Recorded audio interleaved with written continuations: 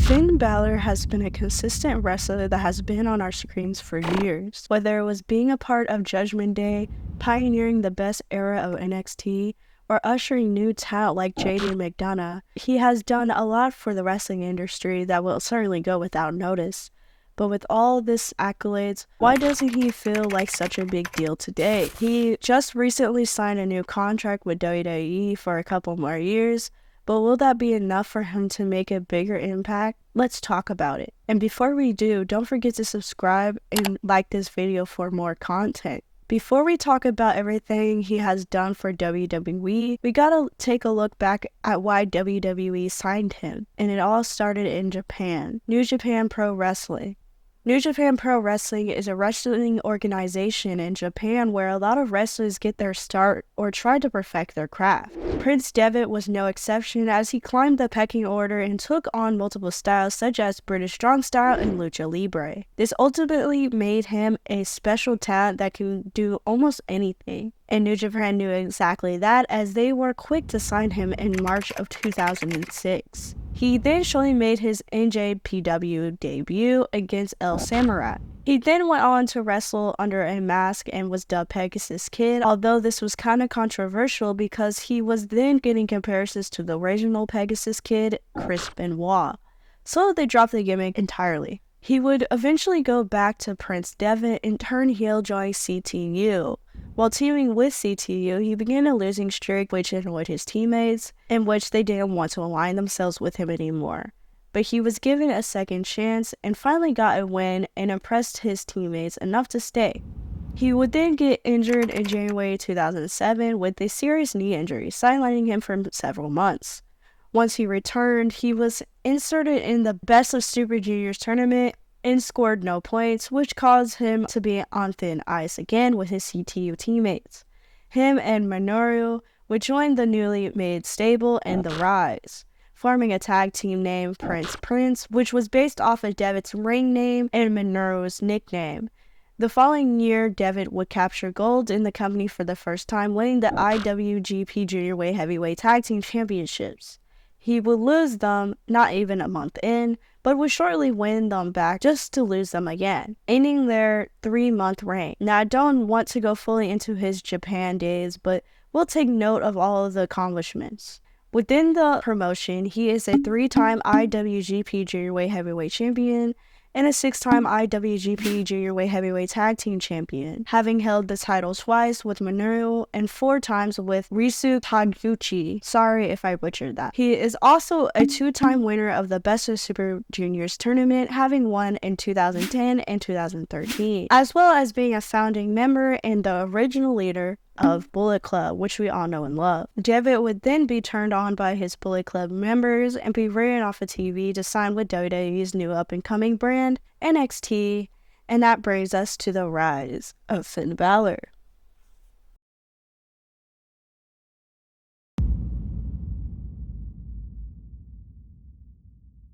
Balor made his NXT debut on November 6, 2014, aiding Hideo Itami against the Ascension. After feuding with the Ascension, Balor and Itami defeated them at NXT TakeOver on 11th of December, where he also debuted his signature body paint. Balor became infamous with his body paint, showing his interest in comic book heroes and villains. However, he would only use this persona when he wanted to show a more dark side and gritty side of his character, which I'll go in more depth later. Balor would then insert himself into the main event scene as he would be a part of the tournament for the NXT title, which we all know that he is no stranger to. He would beat the likes of Curtis Axel, Hideo Itami, and Adrian Neville to be the #1 contender for Kevin Owens' championship. They would duke it out on the 11th of February NXT TakeOver Rival pay-per-view, but was unsuccessful in the bout. He would then earn another shot of the title after beating Tyler Breeze at NXT TakeOver Unstoppable. However, this was Balor's territory as the match was at Beast of the East, which was held in Tokyo, Japan, which he knew far too well. This time, Balor successfully won the title off of Owens, crowning him the NXT champion. He would then insert himself into the Dusty Road Tag Team Classic, teaming up with Samoa Joe. They both would make it to the finals, beating Baron Corbin and Rhino to become the winners of the tournament. This was bittersweet though, as 1 month later Samoa Joe would turn on Balor, solidifying that he wants the NXT title. And this would start a pretty good feud with the two. Balor was able to come on top, beating Joe twice to retain his title. This also spawned Balor as the longest reigning NXT champion at the time. He would then lose it to Joe at a live event, ending his 292-day reign as champion. This would be a blessing in disguise, as he would be called up to the main roster in the 2016 draft. He would make his presence known, however, by earning a chance to compete for the newly established WWE Universal Championship. I'm at the Performance Center, and I just got drafted to Raw. Obviously, a little bit of a surreal moment right now. You always kind of, as a professional, you want this to happen and you expect it to happen, but when it actually happens, it kind of takes you a little bit by surprise. It certainly did me, but I just want to let everyone know that the Balor Club is strong. The Balor Club is coming to Raw, and the Balor Club is just about to arrive.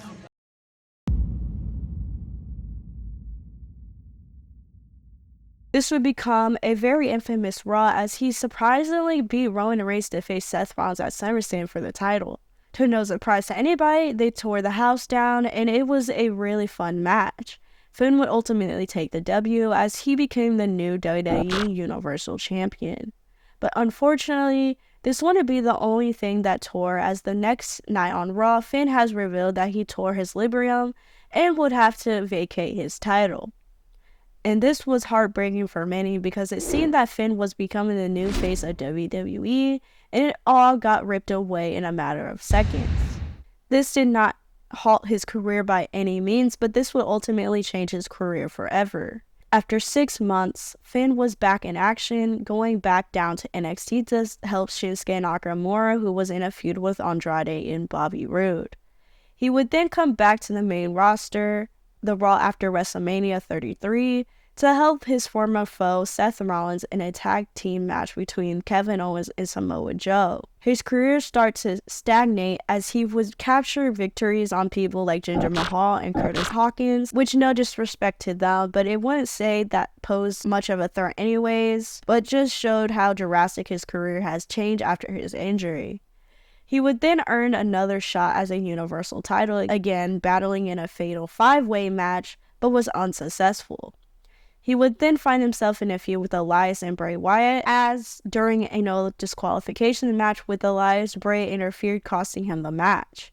This prompted a match between the two where Bray ultimately took the win, which you never saw much of.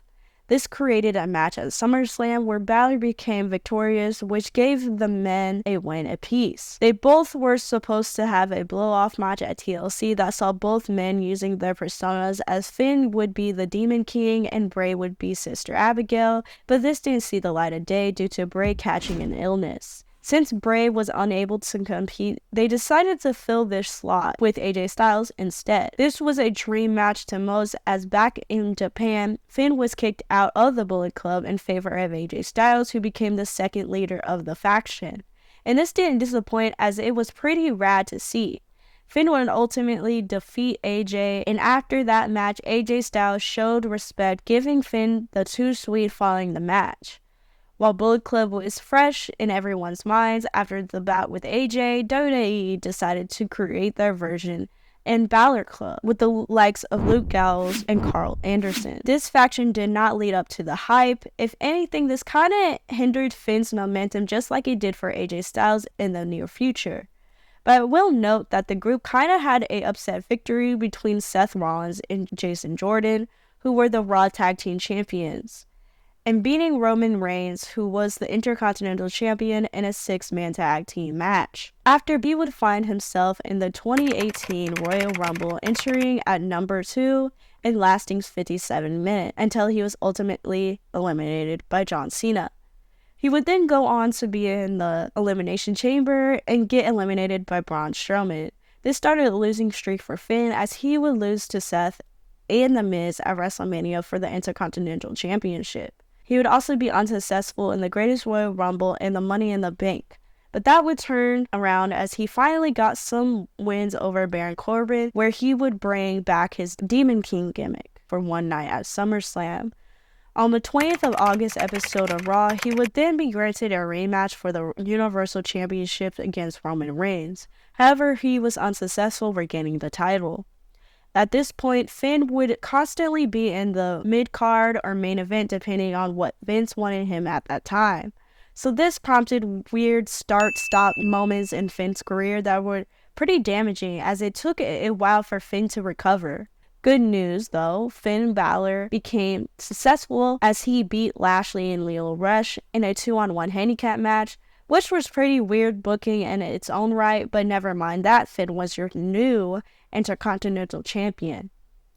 Just kidding, as a month later, he would lose it to Lashley on the March 11th episode of Raw. And I wish I was making this up, but he would regain it back at WrestleMania weeks later. He would then get drafted to SmackDown and went on a winning streak, beating guys like Sami Zayn and Andrade, and would lose his title to Shinsuke Nakamura. He would then get assaulted by Bray Wyatt's new character, The Fiend, on the July 15th version of Raw, and was banned off TV.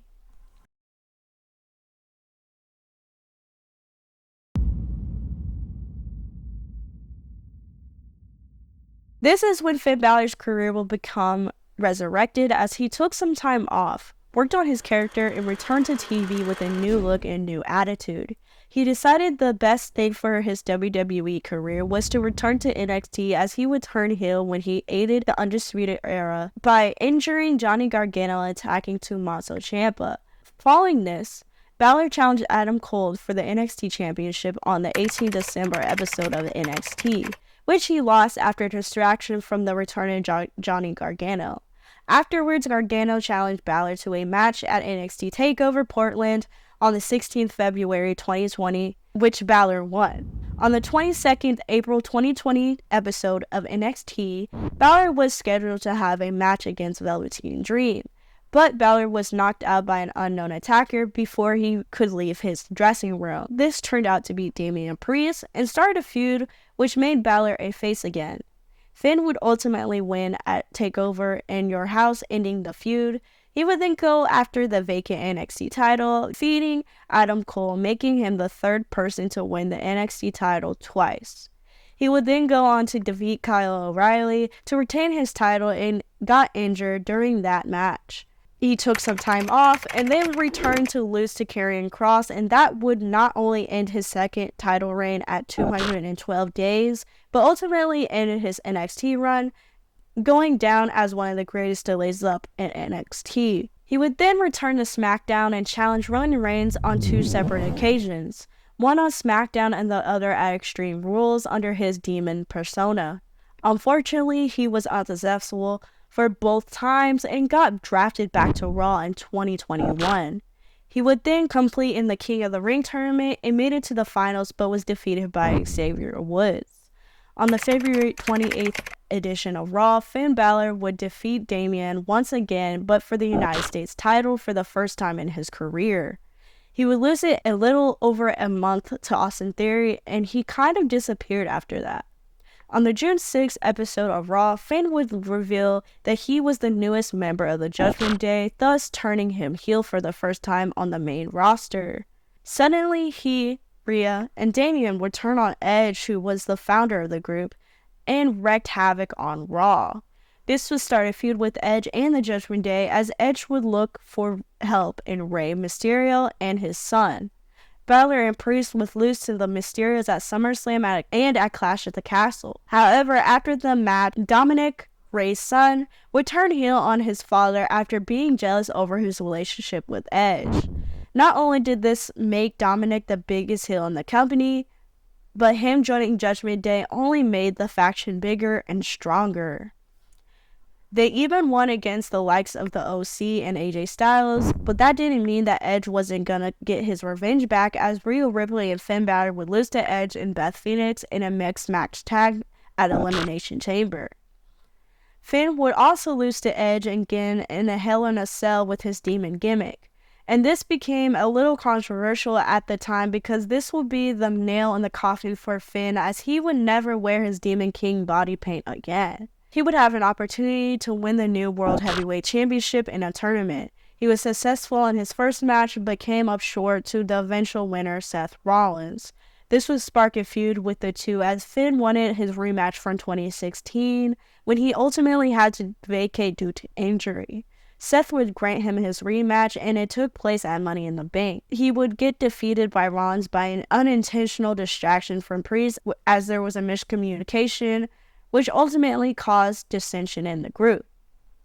Rhea would get them on the same page. They eventually tag with each other and capture the Raw tag team titles from Kevin Owens and Sami Zayn, making Finn the 28th Grand Slam champion in the company. This was short-lived though, as they would lose the titles due to JD McDonough accidentally costing them the win. But they would get them back shortly after by defeating Jey Uso and Cody Rhodes on the November 13th episode of Raw. After, WWE decided to split the tag team titles up as Judgment Day was keeping them hostage on Raw.